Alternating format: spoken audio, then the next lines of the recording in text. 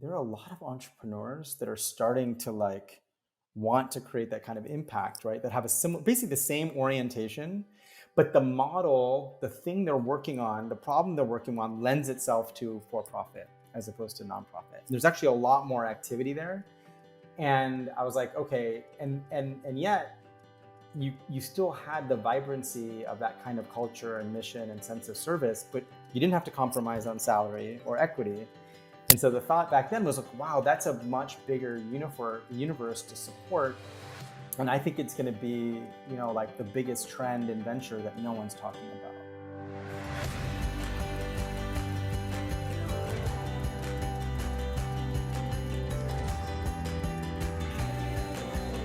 Welcome to episode 18 of People Are the Answer. I truly believe that people are the only answer to the world's many problems. I'm Jeffrey M. Zucker, a serial entrepreneur, here to learn how innovators are creating outsized, transformational social impact. Today's episode features Tabreez Verjee, an investor and entrepreneur in mission-driven technology startups. Tabreez sees money and business as energy to create and serve a future where all beings can thrive and be fulfilled. He's founded 3 companies, including Uprising Fund, which relentlessly supports mission-driven entrepreneurs taking on epic endeavors. Tabreez and I talked about his entrepreneurial journey, profit for purpose, how people interact with money, and much more. Here is Tabreez Verjee on People Are the Answer. Tabreez, thank you so much for coming on People Are the Answer. Oh, thank you so much for having me. It's my pleasure. Yeah, it's an honor. And I'd love, just for you to start off by telling the audience, where you're based, what your current role is. Yeah, sure thing. Um, I am broadcasting here from San Rafael, California. So it's about 25 minutes north of San Francisco in Marin County. And gosh, Jeff, I have a lot of roles. I have a lot of roles. I know that game, yeah. I'm trying to, it's funny you ask the question because I'm like, I feel like we identify so much with different roles and it kind of like actually limits us. So when I hear that, I'm like, where do I start? But I think, the intention behind the question, like I get, and And I agree with you. Roles they can be barriers. And myself as someone that does so many different things, it can be difficult. But in general, a high level umbrella sort of role in your mind. yeah, it was more just like where do I start? But I think the reason why you invited me here, right, is because I have a role um, for many years now and a real passion and love for supporting humans who are incredible at converting their imaginations, right, and visions and what their hearts see for a more beautiful world, like into reality through their creation, right? And for me, that's been largely working with entrepreneurs of all kinds who are working on things that like um, are not just incrementally positive, but like we see as possibilities for creating real fundamental change in the world, like systems level type of change, but also, along with that, change that actually impacts the very consciousness from which our systems arise, and impacting Yeah. culture and things like that. So that's my day-to-day role, is radically supporting them. Technically I'm an investor, so I do that from that seat as an investor in their companies. But it's really about the relationships and how we show up in the relationships, from that place that are what's most meaningful. Yeah, I mean, that certainly resonates with me. The name of the podcast, People Are the Answer, and you talk about, the people and the relationships and supporting these people. I like where you're coming from. Well, I love the title. I love the title of the podcast. It made me smile when I first saw it.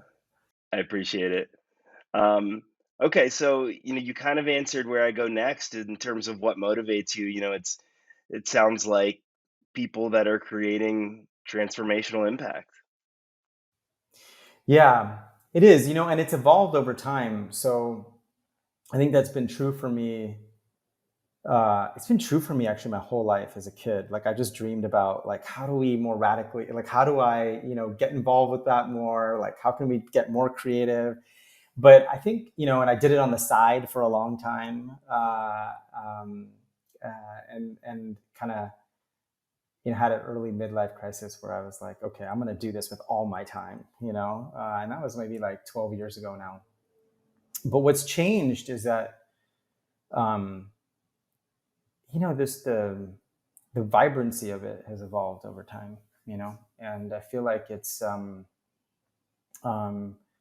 we say a word or a phrase, but like its meaning as we mature, can take on, much, much more. And so I think, um, the thing that I would sort of add to what you just said, right? Because I think you summed it up, but the transformational change, I think I've come to really believe that it's not just change out there.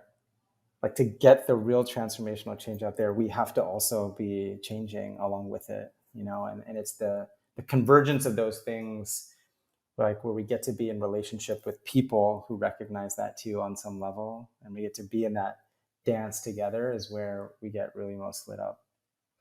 I really appreciate where you're coming from in terms of people needing to change in order to create change. And I think that's not something that's come up a lot in previous episodes yet, and I think it should come up because in order to create the kind of transformational change of the people that I'm talking to here, they really have to be open to constantly growing, constantly learning.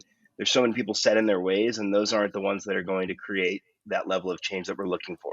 Amen. Amen. Yeah. Well, you talked about being a kid and dreaming about, these types of things and helping. Where did you grow up? So I grew up mainly in the Midwest. I'm Indian, but my family was from East Africa, from Kenya and Uganda. And my parents came to the US for grad school. And so they had to leave when they finished. So I was born on their way out of the country in Florida and spent my first few years in Brazil. Um, and then bounced around the Midwest a lot and settled in the Bay Area just in the middle of high school, which was such a blessing to be out here, right, in amidst like all the amazing stuff that was happening here. Um, yeah, and I think the kid piece for me.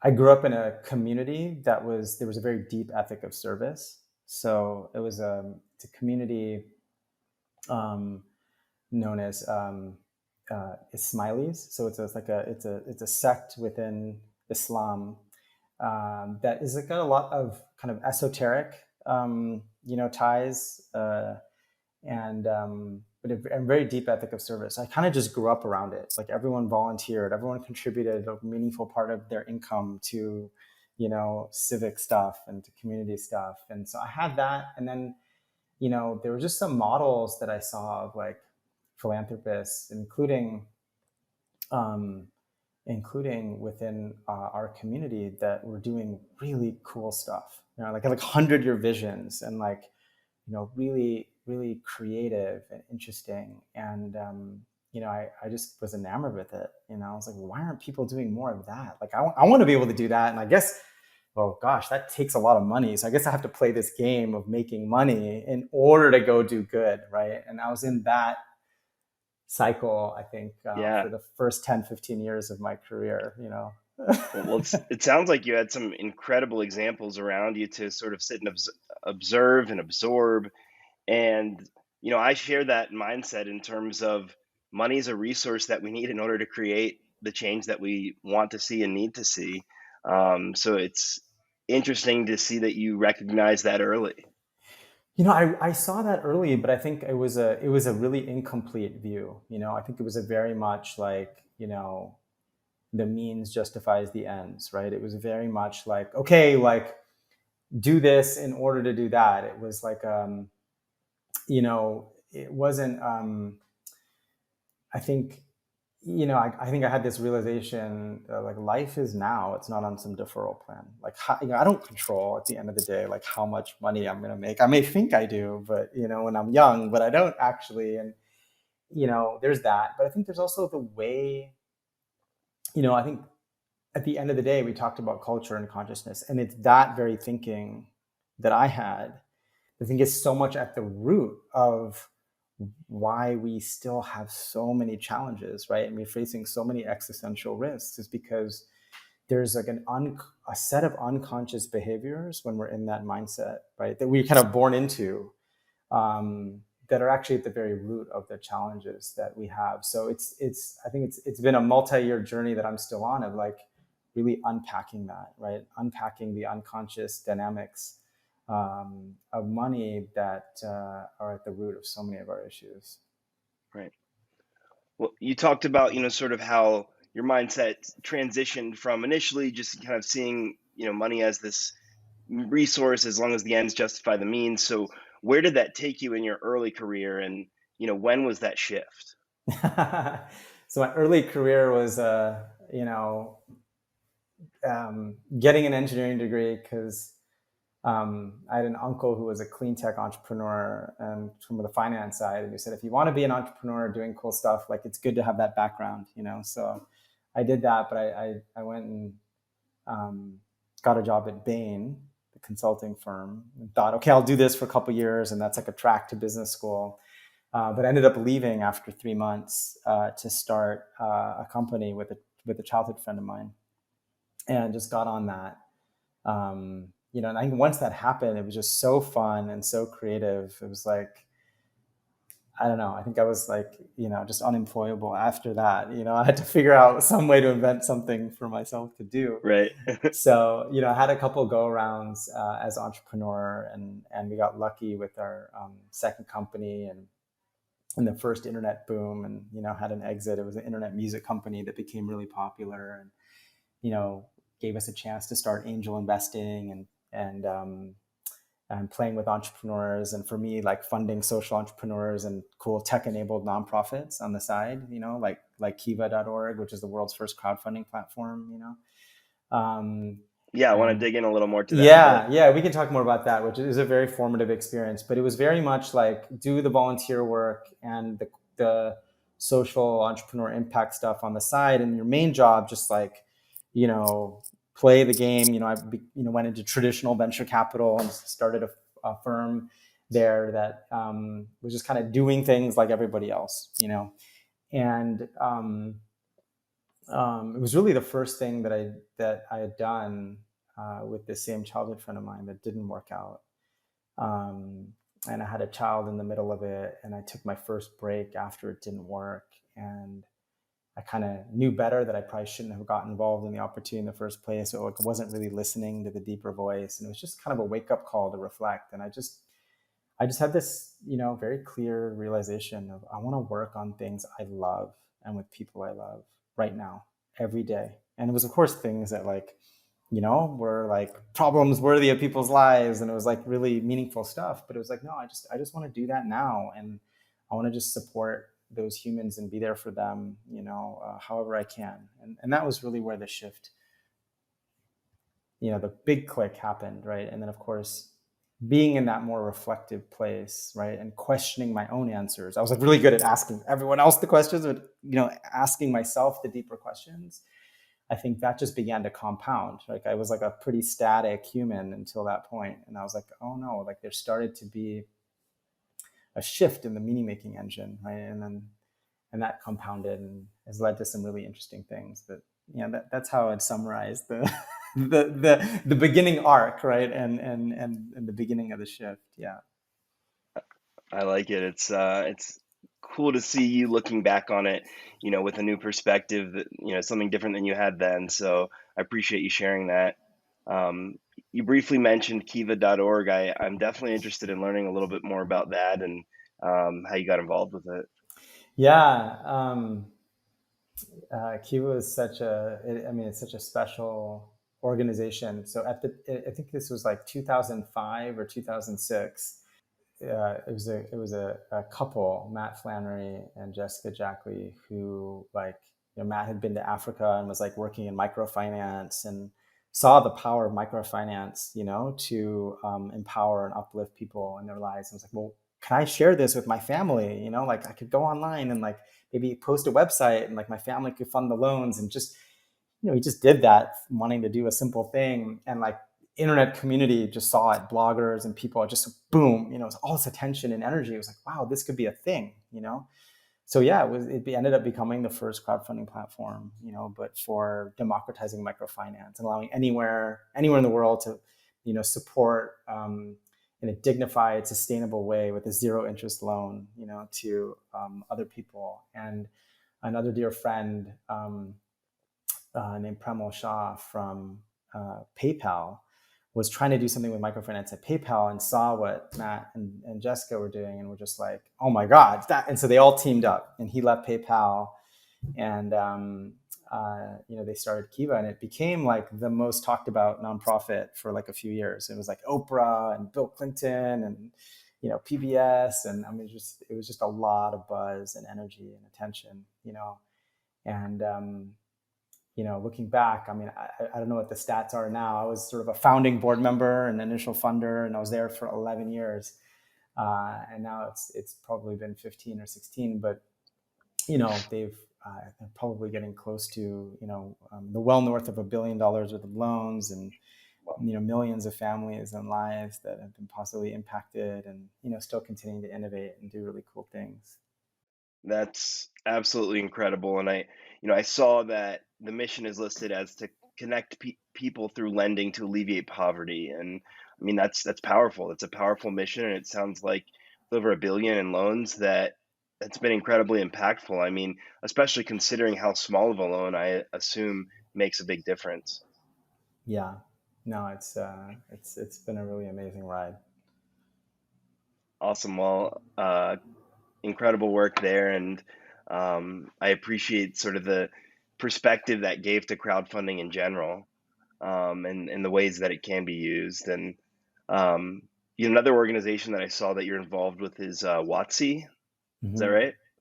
Yeah, we were, there were a bunch of these really amazing, kind of cool tech-enabled nonprofits, and so yeah, we met a few people in the span of a few weeks. Introduced me to a guy named Chase Adam, who was on a bus. I think he was in Africa too. He'd been in the Peace Corps, and there was a woman who came on the bus, and she was showing something to people, and everyone was handing her money, and she's like, wait a minute, like no one, like everyone's always begging, asking for money, like so many people, and no one pays attention, but like this woman is getting everyone, what's going on? And she came to him, and she had a picture of her son who needed medical help, but not just a picture. She had the medical record. She was showing the doctors like what was needed, so it was like verified, it was like a real legit thing. And everyone, and he's like, he knew about Kiva, and he was like, well, someone must be doing something with crowdfunding for this, taking that insight. And of course, no one was, so he did it. And I think he was actually the one that inspired Paul Graham at Y Combinator to start nonprofit cohort. So he was the first nonprofit. WotC was the first nonprofit kind of go through Y Combinator. Interesting. Yeah, and that's how it started, and then it sort of evolved from there. But yeah, there were a few things like that just, really beautiful examples of how technology could be brought, and the tools of entrepreneurship could be brought, to do something really meaningful. Yeah. Yeah. Yeah. I mean, that's really thoughtful. It's like a GoFundMe, but with some more data around it, and truly a better understanding of the impact you're creating by supporting. Yeah. Yeah. That's a great analogy. Yeah. Got it. Um, well, all of you were involved in these various tech-enabled nonprofits. You really were getting an understanding of how tech can help create and help push this incredible impact, and it appears to have culminated in your creating of Uprising. Yeah. Yeah. That's beautifully put. I think what I was seeing with the likes of Kiva and WotC were people who were turning down jobs at the hottest tech startups and companies, right? To come work, and give their lives towards a mission that was deeply meaningful. But they were getting like really low salaries, right? And no equity, right?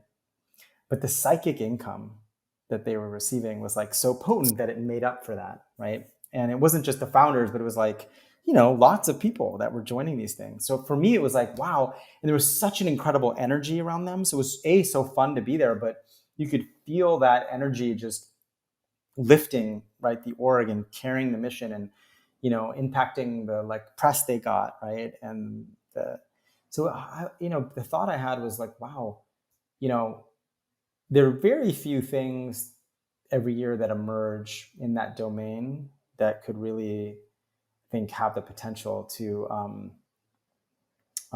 reach a lot of people.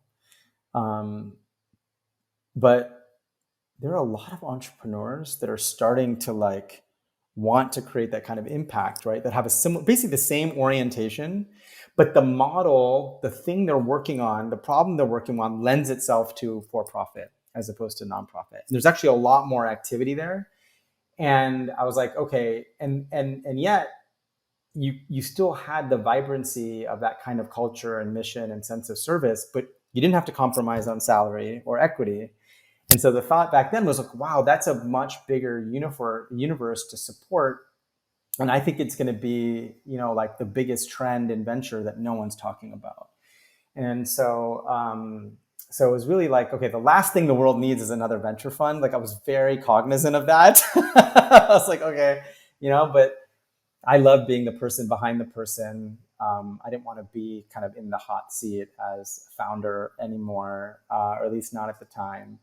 And I was like, let's see if there's like a real need here. And I started angel investing and playing around. And I just felt a lot of resonance with founders who were like, oh my God, like, I wish there were folks that we could work with who knew how to help support and build missions and, accomplish the mission, but who really had a felt sense and alignment with us around why we were doing it, not just personally, but institutionally. And that was unusual because, if you're a venture fund, your investors are folks that want you to just maximize financial returns, right? Like that's the only part of the conversation with your customers, your LPs, right? And so that I noticed that was like a real desire. So I was like, okay, there's a need here, so let's jump into that space and support it. You talked about the employees, being mission driven and really buying in, and when you can get the investors to be on the same page, I mean, that's got to go incredibly far, and getting them on board with the mission. And I think that I've had a lot of conversations lately about just changing the incentives in business. Business isn't the enemy. The Yeah. incentives, as they are currently aligned in a lot of Yeah. instances, is the enemy, Yeah. right? So It's so true. I mean, people are fundamentally good, right? And they want to express their hearts and humanity, but the structures we have, the incentives we have are just so powerful, right? And the gravity, and I mean, it's really hard to escape that. yeah. So who you surround yourself with, right? As an entrepreneur, your investors, your board, obviously your team, but like is hugely important. And I think massively underestimated. And we've seen, I think, we've all seen and can talk about just total train wrecks that have occurred because of misalignment. And there's a lot of horror stories. Generally, the venture community has gotten friendlier and more entrepreneur friendly and supportive. But, I think it's like, the general dynamic we still see, right, is that the gravity well of the folks that are around entrepreneurs are essentially a force that still pulls them down from the full potential of who they could be as humans and how much of their humanity they could express through their business, how much more beauty actually could be expressed, and how much more in the long run actually value could get created, right? All kinds of value, not just financial value, but all kinds of value. Right. And so I don't think we, with impact investors and better aligned investors, like you see situations that are rebalancing that. But I think what's interesting and what we've been playing with, right, is like, what if it wasn't just alignment, but what if it was like this? Like, what if the investor group was actually calling entrepreneurs into an even higher vibrancy, like seeing them, not just meeting them where they are now, but looking at that arc of who they could be, right? The piece they can be in the puzzle type of thing. Well, it's not, I mean, it's piece they can be in the puzzle, but it's like, we talked about the interchange, right? And we're all on these journeys to become the best versions, the truest versions of ourselves, right? By shedding the things that actually don't serve us anymore, that aren't really authentically ours, that are just the, forms of cultural programming or that gravity well we talked about that like actually block our true expression, right? Or, like the parts of our shadows, right? That we don't really want to look at, but end up owning us and end up driving so much of our creation. I mean, look at big tech. I mean, every one of those founders had good intentions and good values, and look at where we ended up, right? Because power, ego, these things corrupt, and because if we're not willing to look at the shadows that our superpowers cast, if we're not willing to question our answers, then that's what happens. And so when I say this, right, I'm talking about, what if we could surround teams and founders with investors and board members who are playing that game with them, right? Of helping them become the best version of themselves, right? Not just meeting them where they are, but holding this possibility. Yeah. Right. What would that look like? I mean, it's tremendous is, how I see it. And that is what I've seen you up to with Uprising. Thanks, Jeff. I mean, it's a real privilege and blessing to just be in a position where we get to, play in ways and experiment and do things that are unconventional and may seem a little bit nuts, and thanks unconventional is my favorite. I like to do things out of the box. People are like, well, it's always been done this way. Like, well, then let's not do it that way. I love that. Right. I love that so much. And having people like you around us, right, is part of what enables, right? That is the privilege. That is the blessing that enables us to do it. So it's the same analogy, right? Like who our relationships, supporters, investors are, right? That alignment is crucial, right? To us being able to be unconventional, right? And to be more of ourselves, right? Because it's always there, but it's just, we weren't giving ourselves permission when we first started, right? To do that. We had to prove ourselves. We had to earn the right. We had to right? And part of that's true. And I think there's always so much more possibility available to each one of us to do more of that in every now moment than we realize. But it's scary. It's really scary. Yeah, no, it definitely is. And but I appreciate what you've been working on and the precedent that you're setting and the mindset that you've created around these businesses that you're working with. And I saw a quote, it might have been on your website or something, that said you see money in business as energy to create and serve a future where all beings can thrive and be fulfilled. I thought that was beautiful, and I think it really speaks to what profit for purpose can be. I think that there are people out there that don't see business as this powerful vehicle for change. They don't understand that you truly can create incentive structures that create profit for purpose. And I think that you're answering their questions, and what you're doing is embodying the answers to these arguments. And I'm curious, what would you say to someone that says, oh, a profitable business can't be purposeful? I think when we started Uprising like a decade ago, we would have those kinds of conversations. And it was less that it can't be profitable, but it was more like, well, if you're worried about two bottom lines, right, that's like, that kind of weighs you down, or there's going to be trade-offs, right, between these things. And what happens when you have a trade-off, or it constricts your degrees of freedom, like when you have a mission and you realize you have to pivot the business model, and employees are more upset. And, it was like all these kinds of stories. And now I think, look, for anyone who says that, the data just says you're wrong, right? It's very, very clear. You can look at public market indices.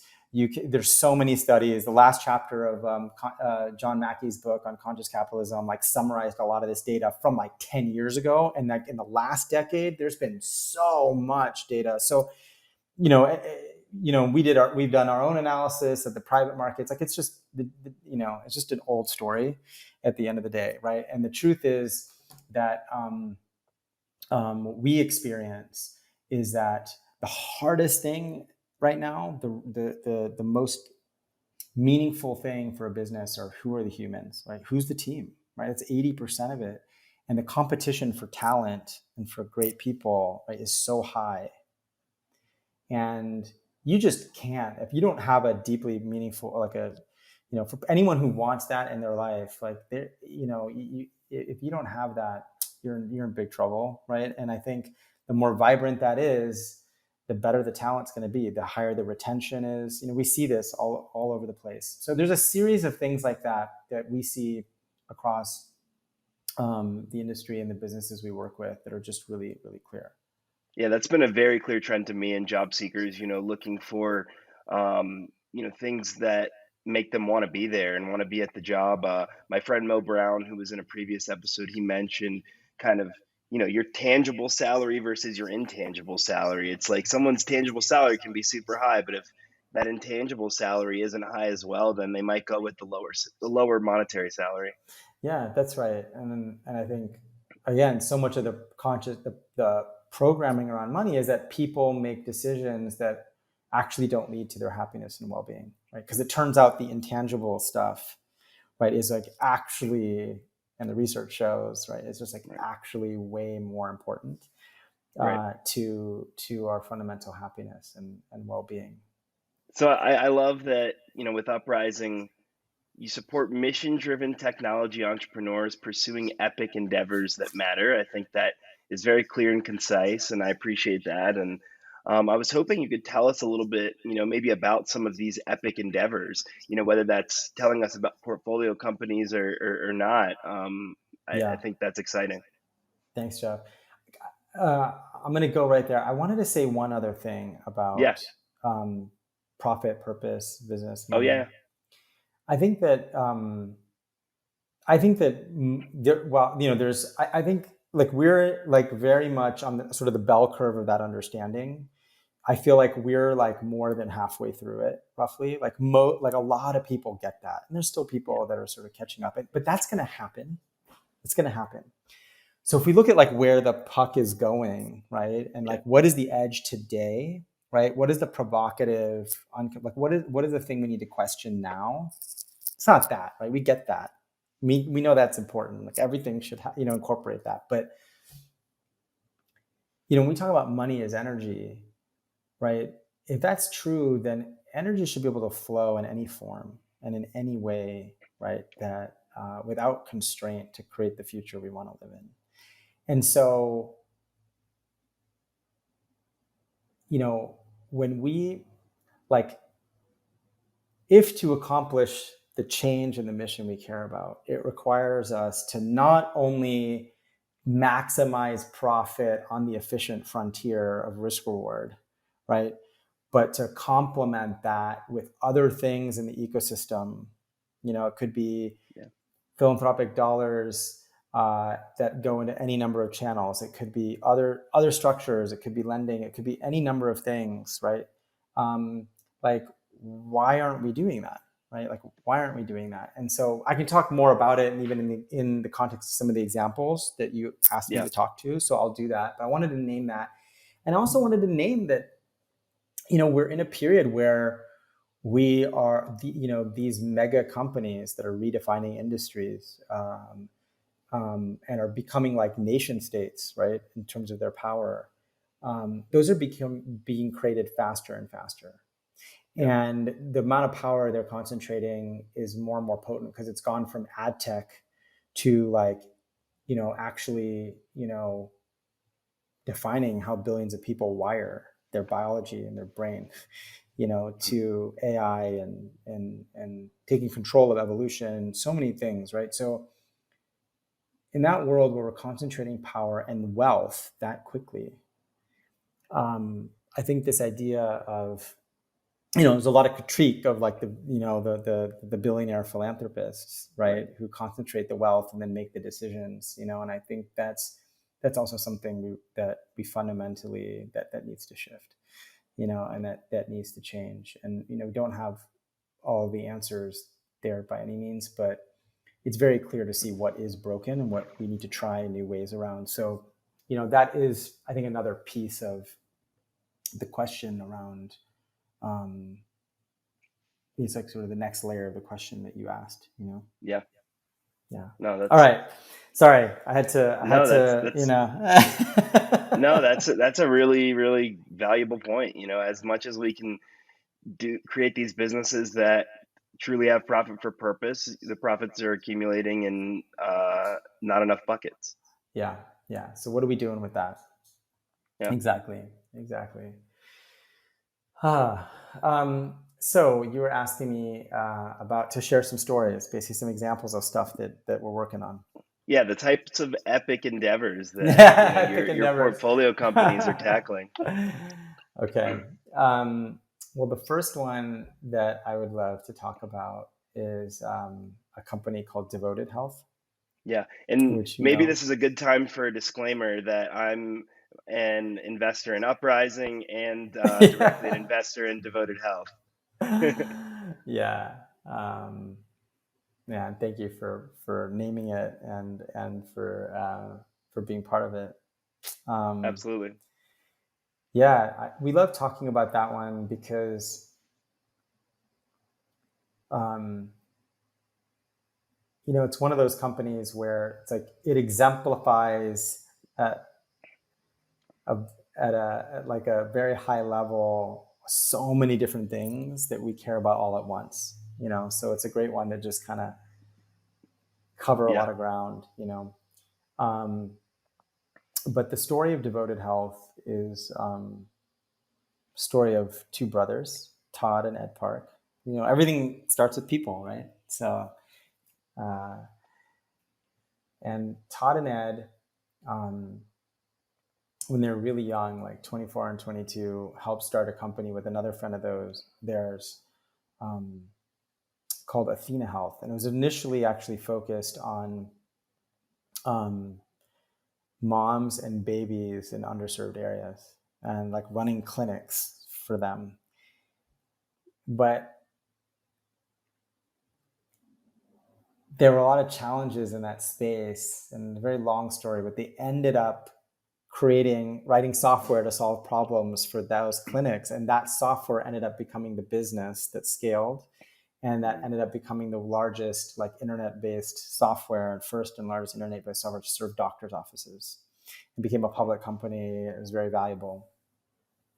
Todd then went on to, amongst other things, he went into government and was recruited unexpectedly and was CTO for Health and Human Services in the Obama administration. Then President Obama tapped him to become CTO of the United States. And so he was sort of in the White House as like top technology advisor and had a really interesting purview, right, from entrepreneurship to philanthropy to government on healthcare systems, and came out realizing that, like this challenge we have of spending like way more money than anyone else in the world on healthcare, right, and rapidly escalating at a much higher rate than GDP, choking off spending on everything else, and getting totally crap outcomes, right, is just not changing anytime soon. So the question they asked was like, what's the smallest possible object we can build to alter the trajectory of that in this country? And the answer was what became Devoted Health, right? And it was basically an alternate universe healthcare system that could demonstrate end-to-end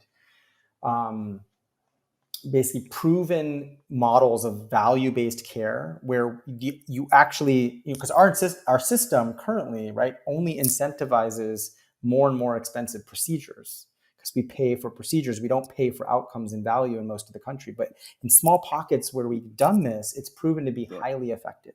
Right. So misaligned incentives in our current system. I mean, exactly where you started, right? And so everyone knows this, right? But the machinery and the gravity and the incentives of the current system make it really hard to change it. And so Devoto was like, okay, can we start with a mission of, that initially starts with seniors in the United States, but eventually could go to everyone everywhere, where we want to deliver them the best care in the world, right? Which every health economist agrees will be the cheapest thing to do, because you prevent all the unnecessary procedures and all the train wrecks, and because you do preventative care and you do upfront stuff. So can we just deliver the best care in the world, the right thing in the right place at the right time, with love and care, as if we were taking care of people as if they were our own family, like truly, and have the freedom to really do that without getting co-opted by the current system. So to do that, they had to build their own insurance company, so they could pay. They could pay for healthcare, right, for people the way they wanted to. They had to build an entirely new technology platform to power not just that value-based insurance company, but to power the other part of it, which is all of the care delivery piece. So they had to go out and build very careful relationships with primary care physicians and build the right networks to care for people. And then they also had to do their own house call medical group, which is now virtual, to take care of people home proactively and prevent them from going to the hospital, right? And then they built like a professional son and daughter guardian angel service, because the nightmare of the system, of the US medical system, is such that like it's so hard for people to navigate unless you're an expert and it's like your half-time or full-time job. Doctors tell patients to do things that doesn't get followed up on, and you have 8 different doctors and 13 medications and reconciling all this, and it's just a mess, right? And so they have a tech-enabled guide team that basically plays that role and helps to navigate you through the healthcare system. But if you're needing food, they'll help you get food stamps, right? And if you need to fill out forms to get bars from the government to like prevent slip and fall risk in your bathtub, they'll help you with that. So it's just really comprehensive. And that guide team develops deep, trusted relationships with members. And so this whole organism, if you will, is there's really not a great word for it, like it's technically a payer and a provider, but it's this integrated, holistic, whole person care delivery and payment system. And they've been at it now for a few years, and it's incredible what they're doing. So they're massively reducing the rate of hospitalizations, right? They're taking much better care of people. People love it. Every day they're saving lives, and the kind of notes and love notes they get, from people who are just blown away that like you're better than family. Like you show up for me better than my family does. Like this is crazy, And so, they have, the average and net promoter score in health insurance is a 12, right? The leader in that space is United Healthcare. It's like -1. And Devoted is like 80, right? And so it's higher than Apple, Netflix, right? In healthcare and health insurance, which is really pretty incredible. And I think, while they have had to build amazing tech and do a lot of really hard things, right? They would tell you that the core engine of the company is this sense of love and like making decisions, tough decisions, from a place of like closing your eyes and thinking of the person you love most. Like, what would you do for them? And everyone in the company is just empowered to do that thing in that moment. And they have a set of investors that are amazing, that are all bought in on the idea that we're looking at value creation on a rolling 20-year basis, right? So if you're thinking really long-term and you have the right people and the right alignment around that, right? And the founders have gotten the protections they need to ensure the stewardship of that mission, then you can go do the types of things that they're doing, and we think that they will build by far the most impactful and at the same time, right, the most valuable healthcare company, in the world over time. Yeah. It's incredible. I mean, what a huge vision, and to see how they've been tackling it, I've been astounded, impressed. Like I've seen those love notes, as you call them, some of those, and it's really incredible. And I mean, it really highlights the fact that our current system is such a mess. There's no preventative health care, and to see this methodology around Devoted has been really refreshing, and I'm excited to watch its evolution. Thanks, Jeff. Thank you. And that brought to mind, when you were talking about sort of the long-term play, the 20-year rolling play, it brought to mind another portfolio company, LTSE, Long-Term Stock Exchange. Yeah. Yeah. I mean, this is another really bold, kind of Yeah, moonshotty. In fact, when it started, it was like, oh, this is crazy. I mean, there's no way this is going to work. But let me share a little background. Um, so again, the humans, Eric Ries, the founder of the company.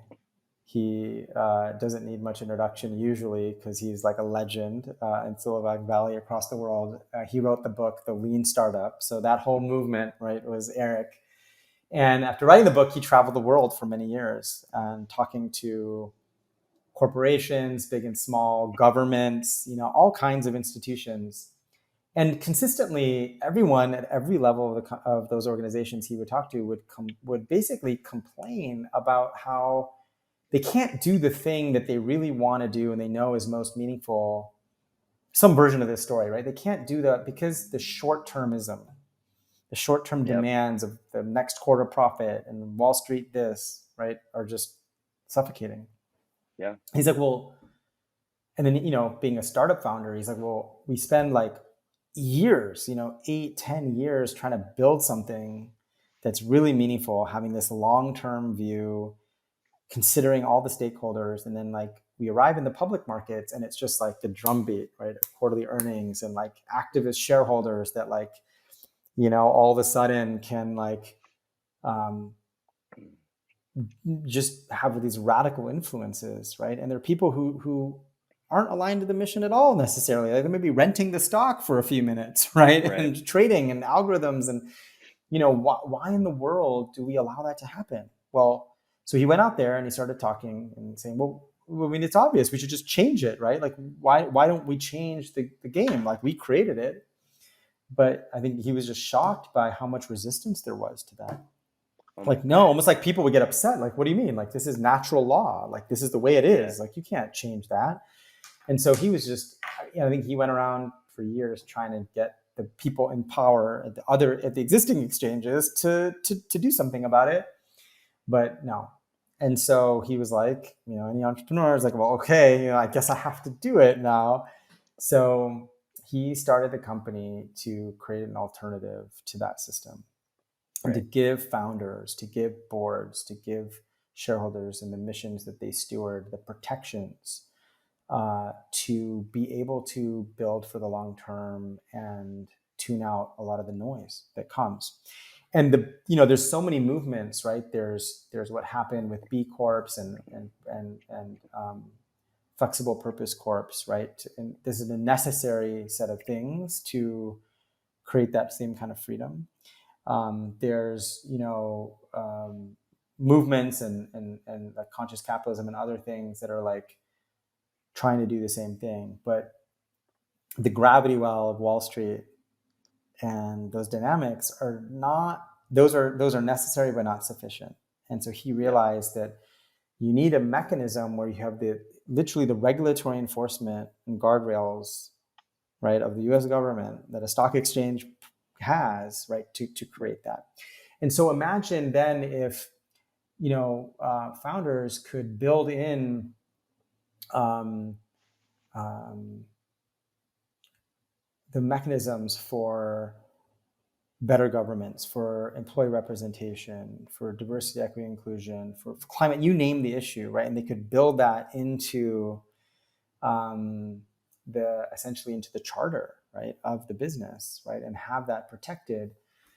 It would change the game completely. And one of my favorite innovations, which is very controversial, but what if you could actually align voting power based on how long someone's been a shareholder? So look, the whole system can work. You can have all the liquidity, all the trading, like everyone gets to play their game, do the thing, right? No one is threatened.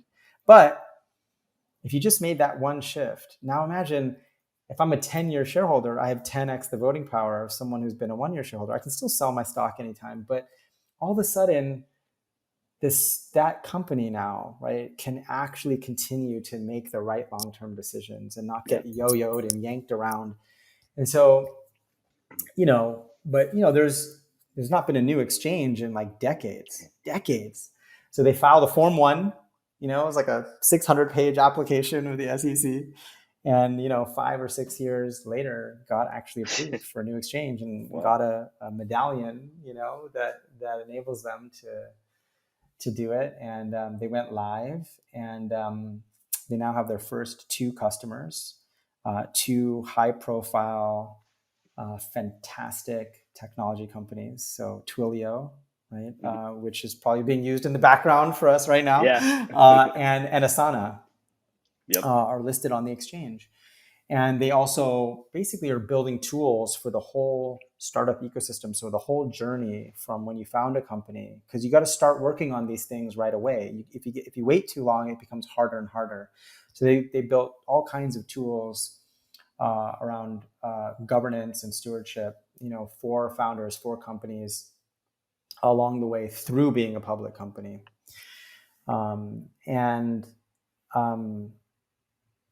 They have,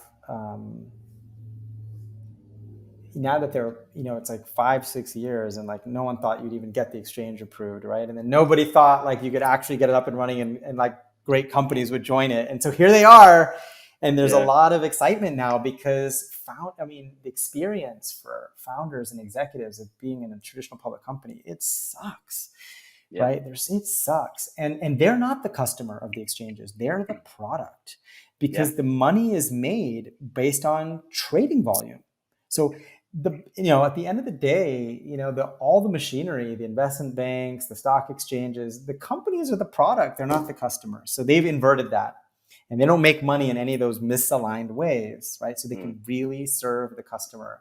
And so founders love it. They want it. But it's scary, it's scary to go first and be early. But I think, as the movement grows, right, and the word gets out and the experiences get out, I think there's a real opportunity for them to be that missing piece in the rest of the ecosystem that allows the collective way we do business, the way capitalism is done, to actually make a pretty big shift, right? And it's going to be necessary with the challenges we have in the world. If the people leading businesses, which capture government now, right, essentially, right, if they can't act in a long-term way, in a multi-stakeholder way, and act in a way that's actually congruent, right, with who they really are as humans, we're going to drive this thing off a cliff, right? And that's the path we've been on. So it feels like one of those companies that's so much more than a company. It's so much more than that. Agreed. I mean, it really resonated with me as someone that's an entrepreneur. And, my dad started a variety of companies when I was a kid, and one of them he did take public. And I recall vividly, for some reason, I don't have a lot of great sharp memories, but I vividly recall him complaining that he had to answer to quarterly earnings, and he was trying to build for years in the future. And it frustrated him. He ended up eventually out of that company because it wasn't how he operated. And that's the story, and that's, it's heartbreaking, it's just to pour your life and, your blood, sweat, and tears, and to see such beautiful possibilities, and for those things to just kind of go down the drain, because of the way we've designed this is just heartbreaking. So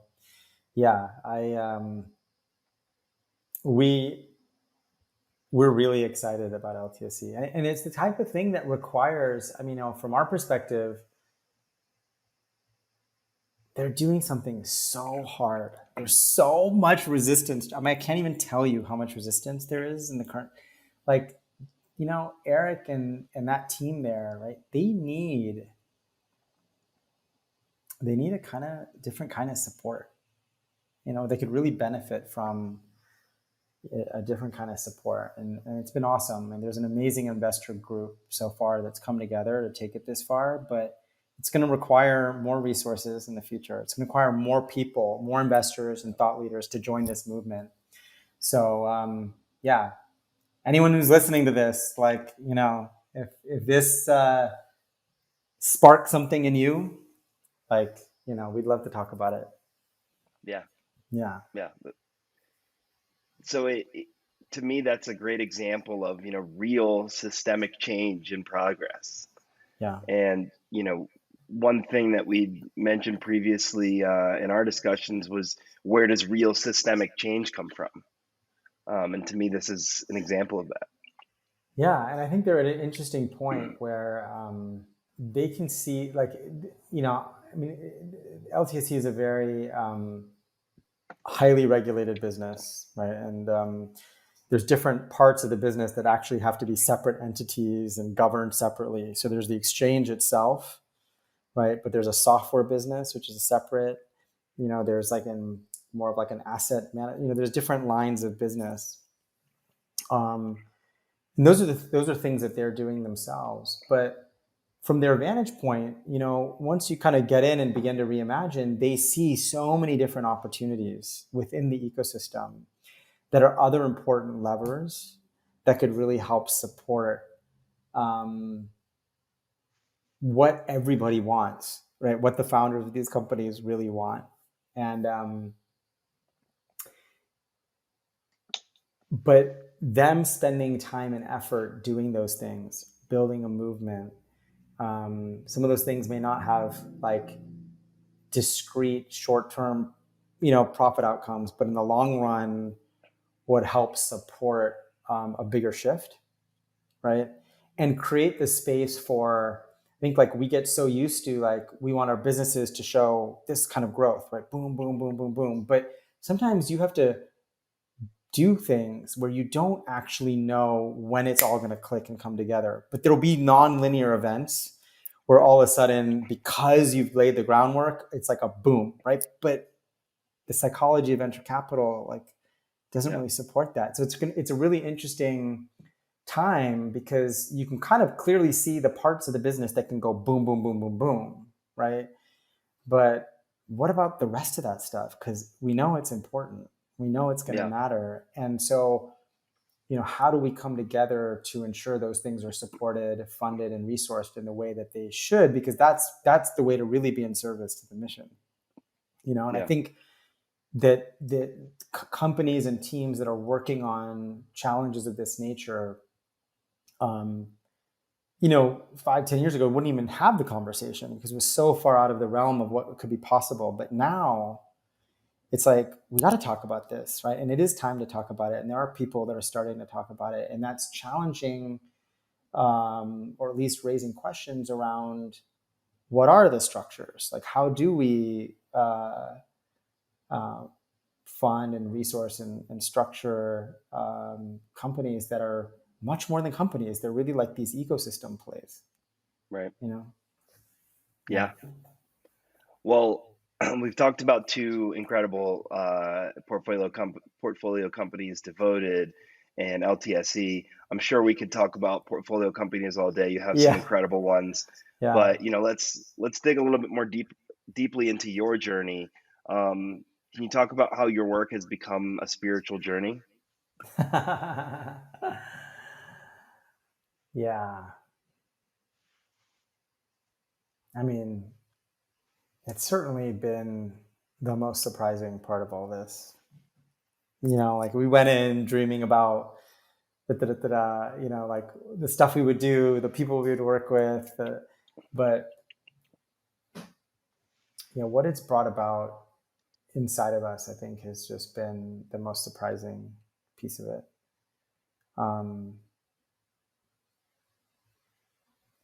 I think doing this work, and I think particularly entrepreneurs, right? Like, you're constantly at an edge. Like, it's so hard. It's so confronting to it's so difficult, and it just confronts so much in us. And so, whenever we're at an edge, whether it's because we're putting ourselves in a difficult situation, or if there's an illness or something, right? There's there's something just living in that place, which is, I don't know, like the veil is thinner. We're less in the autopilot mind, right? And we're more open, essentially. So I think we definitely experienced that. You know, and we weren't living in an edge as an intense way as entrepreneurs, but because we were constantly questioning and trying to push an envelope, right? Like I think that put us in that space. But you know, I think as we began to see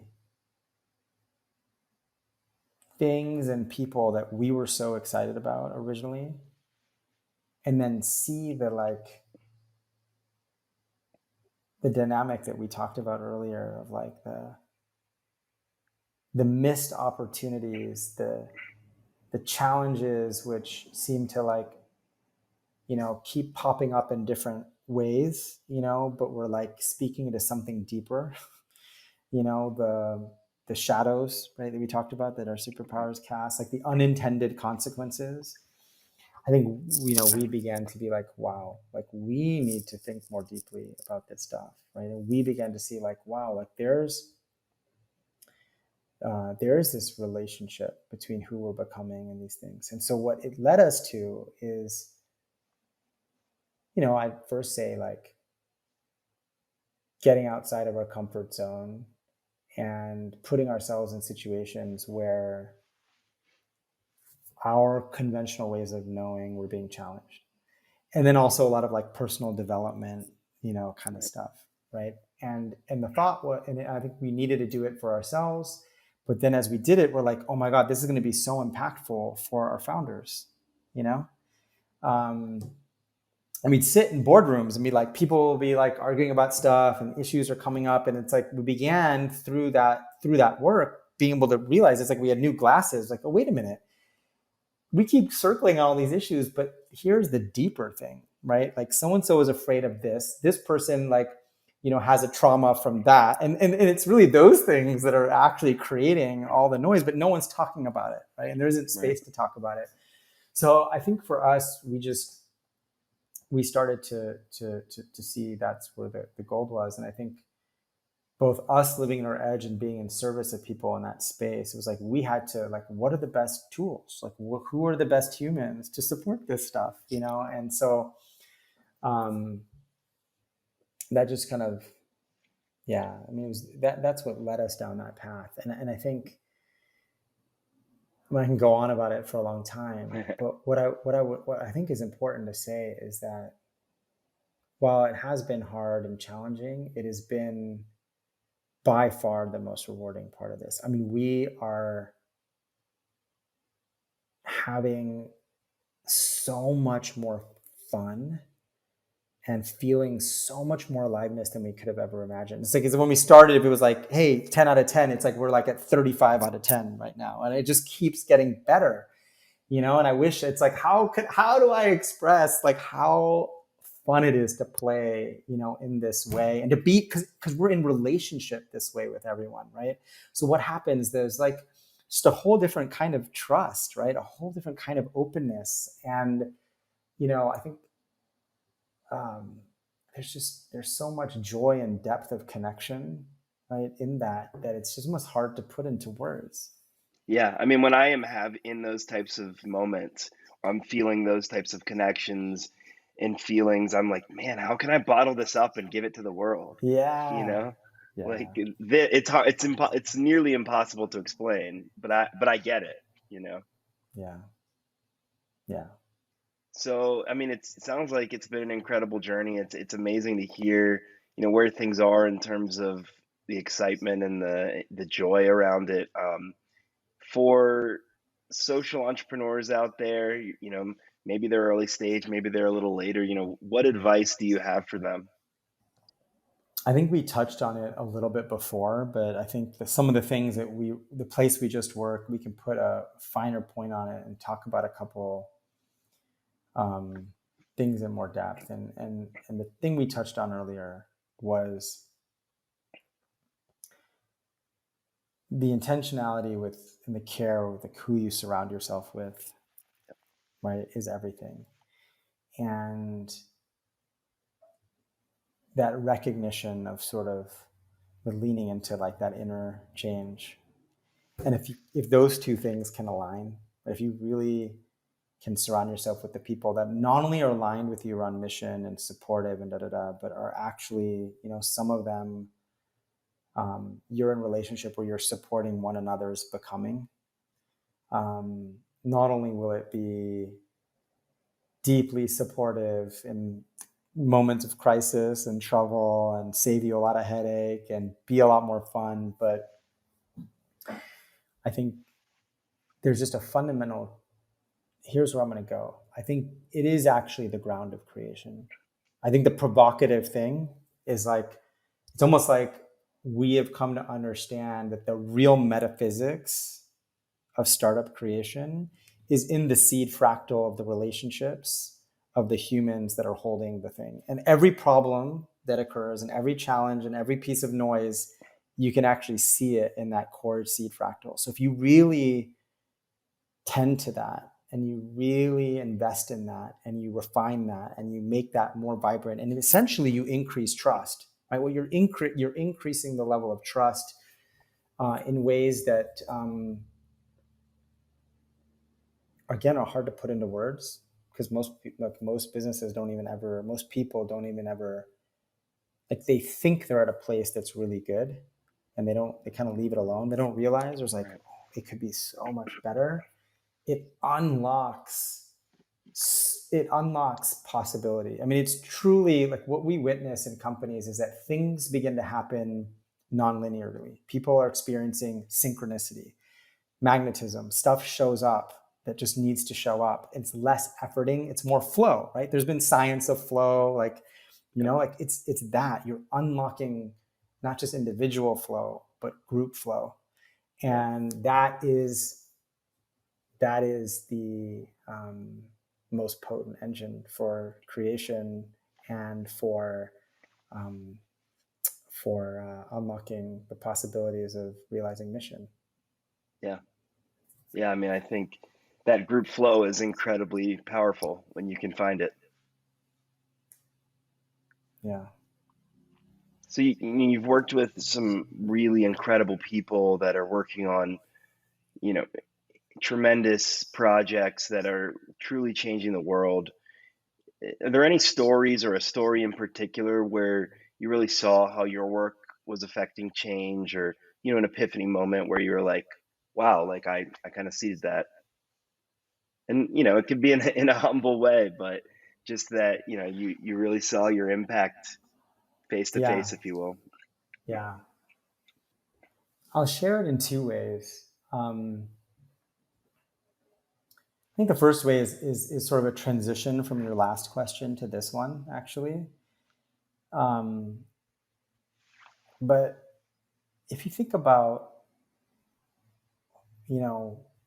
like this year, we got a chance to lead what was the largest financing round in history for a health technology company. We led it was a $1.2 billion financing round. And we didn't get to do that because we had a strategy and a plan. We have no website. We don't market anything. We're like this tiny little crew that nobody knows about.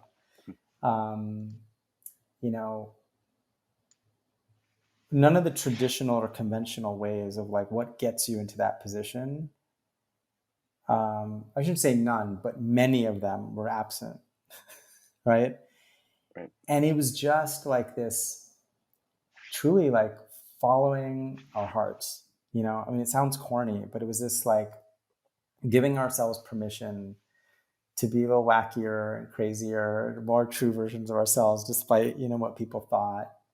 Going a little further and going a little further, and the universe just kind of organized itself, right, to enable us to be in relationship with, and then to do things with those people that were, frankly, would have been far beyond any plan we could have scripted. And so I think that, but there's no, I'm like, it's like, who's like, there's very, you don't see that very often, right? Like we didn't have models to like, so I just, for me, it's just the encouragement is like, we're like encouragement for people to do that. So that's part of sort of our own story in that way. But I think so it's like just what life gives back to us is the encouragement, to like go a little further. Oh, okay, like this is working. We can do a little more, But, I think that's at a very meta level, right? And at a very, actually the fundamental level, what was underpinning that was just, it's so simple. It was just, there's like moments that happen every day and every week where we got to create a safer, more loving space with our teams and founders for them to share what they're like, more of authentically what's there, what they're scared of, or for them to just get out of the noise and have a chance to like listen more deeply to themselves and to hear things within themselves that they otherwise may not have got to. So one of our entrepreneurs, like, we have a weekly call, and there's 3 of us in this triad, right? And we just hold that space. And he's like, I end up talking about things I don't talk about with anyone else. I have realizations in here in this space I don't have anywhere else. So I need this space, and so we have a lot of those spaces. And so it's just what comes back and what people reflect to us about what's meaningful for them. That is the most meaningful part, right? And it builds connection and meaning. And that's really the encouragement. And the thing is, it's like, we're not doing anything special or fancy, or that every one of us and every human being has the capacity to do. Like, it's all of our nature to do it, but we somehow have been taught, right, that, oh, well, we don't do that in business. Right. Yeah. And so we're just missing out. Changing the game for the better. I appreciate that for sure. Yeah. I think it's really powerful, and I love the place that you've gotten to in your career and in your mindset, and how you're creating impact amongst these various companies. And you talked about the great community you grew up in, but I'm curious, along the way, has there been anyone that you've really considered a mentor? It's weird, Jeff, because mentors are like so important in people's lives, so important. And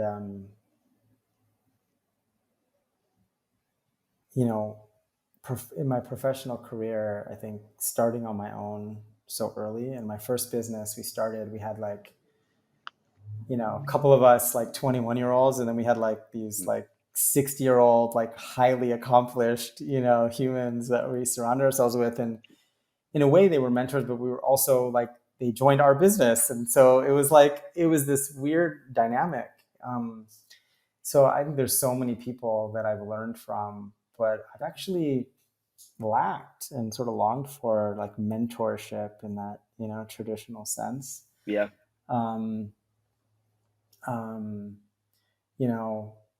The person who's arising right now was just in high school. My uncle, who just passed away a couple months ago, who was a clean tech entrepreneur that I mentioned, was my first window, because I grew up in a family of like academic and sort of very, professionals, right? So there wasn't like a lot of experience with business and entrepreneurship. So kind of getting to see some stuff through his eyes, getting sort of my first, like lessons into business, that felt really meaningful. But I don't. He's just present right now, also, because I think him just passing away recently. Yeah, I'm sorry to hear that. Yeah, thank you, Jeff. But no, it's odd that I don't have like someone come to mind in the traditional sense, Yeah.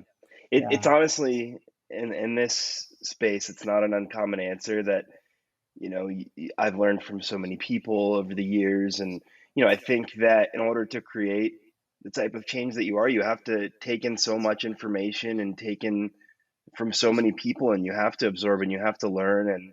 And sometimes people answer, "Oh, this one particular person is my formal mentor," but Yeah. I'd say more often than not, it's a lot of people have helped me along the way and have taught me along the way, and I've had an open mind to learn. Yeah. That resonates so much. So this is the part in the podcast where I let my guests ask me a question if they'd like. Well, I think you already have a sense of what I'm going to ask you, but I think I'm curious, like, what has shifted recently or is in the process of shifting as kind of like an open edge for you in terms of, your inner journey, whether it's the spiritual journey or whether it's just like the question, like the answers that you're questioning.